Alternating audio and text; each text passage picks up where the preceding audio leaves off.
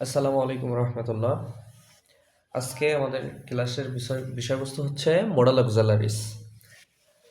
Modal auxiliary আসলে কি কি সেটা একটু দেখি আগে। তো মোডাল অক্সালারিগুলো হচ্ছে can, could, should, would, may, might, must, then need, dare,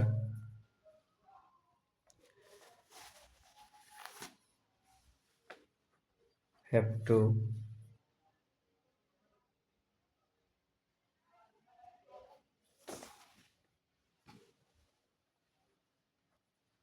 use to, আরও বেশ কিছু আছে। হুম।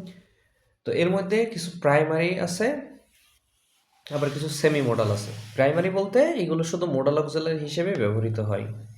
এগুলো শুধুমাত্র মডাল হিসেবেই ব্যবহৃত হয়। আর বাকিগুলো যেমন নিড, এটা কিন্তু মেইন ভার্ব হিসেবে ব্যবহার হয় অনেক সময়। নিড মানে প্রয়োজন হওয়া। আই নিড সাম মানি। ঠিক আছে? তো এইগুলোকে সেমি মডাল বলে। তো সেমি মডাল আরও কিছু আছে। তো এইগুলো জানলেই আমাদের মোটামুটি কাজ চলবে। তো এইগুলার আসলে ইউজটা কেমন হয়? ঠিক ফিউচার ইনডিফিনাইট টেন্সে যেমন shall plus verb on, will plus verb on use করছি, ঠিক মোডালের ক্ষেত্রেও মোডালের গঠনটা একই। Subject plus modal plus verb on, প্রত্যেকটা মোডাল এইভাবে ইউজ হবে। তো আশা করি এতটুকু বুঝতে পারছো। তো এইগুলো ছিল মোডাল। অবশ্যই মোডালগুলো তোমরা নোট করে নেবে, এবং মোডাল সেন্টেন্সে ব্যবহৃত হয় ঠিক এইভাবে। এখন আমরা মোডালের অর্থগুলো দেখব। তো ফার্স্ট অফ অল হচ্ছে ক্যান। কোনো কথা যদি পারি, পারে, অথবা পারেন এমন থাকে কোনো কথার মধ্যে, তাহলে আমরা আমাদের ক্যানের ইউজ করতে হবে। যেমন একটা এক্সাম্পল দেখি।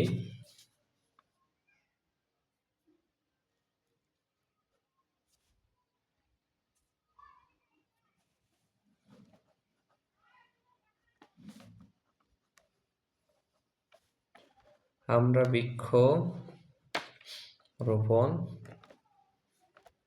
করতে পারি। আমরা বৃক্ষরোপণ করতে পারি। তো দেখো তো, এর মধ্যে পারি কথা আছে না? অবশ্যই তাহলে আমার ক্যানের ইউজ করতে হবে। তো গঠনটা কি ছিল? প্রথমে সাবজেক্ট ছিল, তারপর সেই modal can, could, shall, should, will, would, may, might যা থাকবে সেটা এখানে, তারপরে মেইন ভার্ব যে বৃক্ষরোপণ করা, এই রোপণ করাটা ব্যবহার করতে হবে। তো সাবজেক্ট উই, উই এর পরে মডাল উই ক্যান, রোপণ করার ইংরেজি প্লান্ট, উই ক্যান প্লান্ট বৃক্ষ, tree, we can plant tree, আমরা বৃক্ষরোপণ করতে পারি। ঠিক আছে? আচ্ছা, এরপরে দেখো আমি আরেকটা সেন্টেন্স লিখছি, সঠিক শিক্ষা আমাদের জীবনকে পরিবর্তন করতে পারে। তাই না? তো যেহেতু পারে আছে, ক্যান ইউজ করতে হবে। আর মেইন ভার্ব কি? পরিবর্তন, চেঞ্জ। তাহলে ক্যান চেঞ্জ এটার ইউজ করতে হবে। ওকে। তো সাবজেক্ট কি এই বাক্যে? সঠিক শিক্ষা, পরিবর্তন করতে পারা, এটা হচ্ছে ভার্ব। কি পরিবর্তন করতে পারে? আমাদের জীবনকে। তাহলে এটা হচ্ছে অবজেক্ট। তাইলে সঠিক শিক্ষার ইংরেজি হচ্ছে প্রপার এডুকেশন।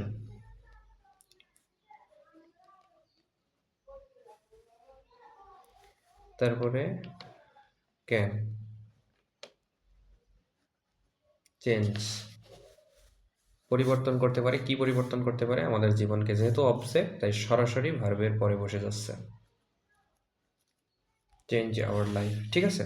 পরে আরও একটা এক্সাম্পল দেখো, মুস্তাফিজ এই টুর্নামেন্টে 10 উইকেট নিতে পারে।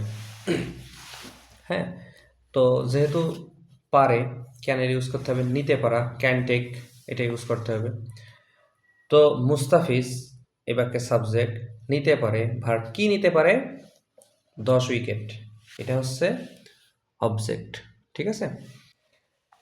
তাহলে এই টুর্নামেন্টে এইটুকু কি, এইটুকু হচ্ছে প্রিপোজিশনাল ফ্রেজ। ওকে, কি নিতে পারে 10 উইকেট, কাকে নিতে পারে, নাই। তো এইটাই একটাই মাত্র অবজেক্ট, আর এই টুর্নামেন্টে এইটুকু হচ্ছে প্রিপোজিশনাল ফ্রেজ। ওকে, তো এখন দেখো এটা কিভাবে ইংরেজি করি। Mustafiz can take 10 wicket. যেহেতু 10 সেজন্য উইকেটস। এই টুর্নামেন্টের ইংরেজি দিস টুর্নামেন্ট।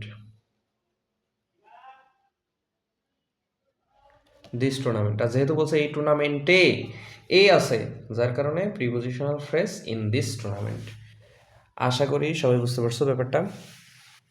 ওকে, তো আমরা এটা প্র্যাকটিস করবো এইভাবে যে শুধুমাত্র আমরা যখন একটা এক্সাম্পল নিব তখন আমরা শুধু এই টেন্সের মধ্যেই সীমাবদ্ধ থাকবো না, আমরা বৃক্ষরোপণ করতে পারি। We can plant trees. আমরা বৃক্ষরোপণ করি, করতে পারি না এখন, তাহলে কি হবে? We plant trees. সে বৃক্ষরোপণ করে, হি প্লান্টস ট্রি। সে বৃক্ষরোপণ করছে, এভাবে হি ইজ প্লান্টিং ট্রি। একটা সেন্টেন্স নিব, নিয়ে অন্যান্য টেন্সগুলো দিয়ে এটা প্র্যাকটিস করার চেষ্টা করব। সঠিক শিক্ষা আমাদের জীবনকে পরিবর্তন করতে পারে। Proper education can change our life. তো এইটা আমরা এইভাবে শুধুমাত্র এই সেন্টেন্সে সীমাবদ্ধ না থেকে এটা করতে পারি যে সঠিক শিক্ষা আমাদের জীবনকে পরিবর্তন করে। Proper education changes our life. Present indefinite টেন্সে সঠিক শিক্ষা আমাদের জীবনকে পরিবর্তন করছে, তাহলে proper education is changing our life. এভাবে আমরা করতে পারি। সঠিক শিক্ষা আমাদের জীবনকে পরিবর্তন করবে, তো সেক্ষেত্রে আমরা বলতে পারি proper education will change our life. এইভাবে আমরা এক টেন্স থেকে আরেক টেন্স পরিবর্তন করতে পারি। তো আজকের ক্লাসটা এই পর্যন্তই, আগামী ক্লাসটা কুড দিয়ে হবে।